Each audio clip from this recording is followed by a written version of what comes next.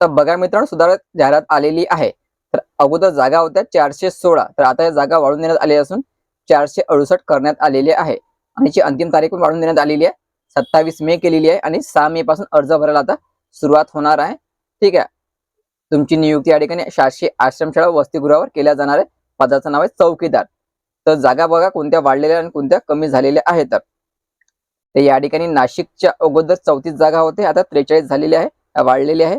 नंतर वळवणच्या अगोदर 42 होत्या, आता 47 झालेले आहे. धुळेच्या अगोदर 29 होत्या, आता 31 झालेले आहे. यावरच्या 11 झाले, अगोदर 9 होत्या.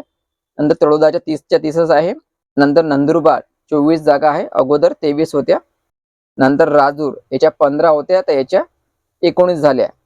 नंतर पेणच्या 11 होत्या, तर आता 13 झाल्या. नंतर जव्हार याच्या 17च आहे. नंतर आहे डहाणू 26 झाल्या, अगोदर 24 होत्या. नंतर सोलापूरच्या 5 होत्या, तर 8 झाल्या.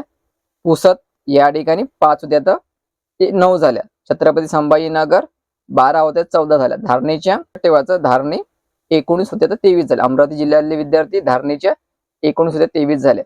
ठीक आहे मित्रांनो, तर या ठिकाणी काही जिल्ह्याच्या जागा वाढलेल्या. ठीक आहे, तुम्ही संपूर्ण पीडीएफ आता व्यवस्थित चेक करून घ्यायचा. 478 जागेची भरती होणार आहे. यामध्ये आता 6 तारखेपासून अर्जाला सुरुवात होणार आहे. 27 मे ची अंतिम तारीख आहे. जे विद्यार्थी 4थी पास आहे त्यांना या ठिकाणी सुवर्ण संधी असणार आहे. तर मित्रांनो, आता या ठिकाणी कॅटेगरी जागा पण ऍड केलेल्या आहेत. ठीक आहे, पहिले कॅटेगरी जागा नव्हत्या, तर आता या ठिकाणी ऍड केलेल्या. हे तुम्हाला तर व्यवस्थित चेक करणे गरजेचं राहणार आहे. ठीक आहे, बघा मित्रांनो, धुळेमध्ये एसटी कॅटेगरी जागा अगोदर नव्हत्या, आता एसटी कॅटेगरी जागा या ठिकाणी ऍड केलेल्या आहे.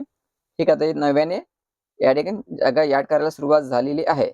ठीक आहे, नाशिकमध्ये पण अगोदर जागा दिलेल्या होत्या, एसटी कॅटेगरीचे 0 होते, आता एसटी कॅटेगरीचे 9 जागा या ठिकाणी ऍड केलेल्या नाशिकमध्ये पण.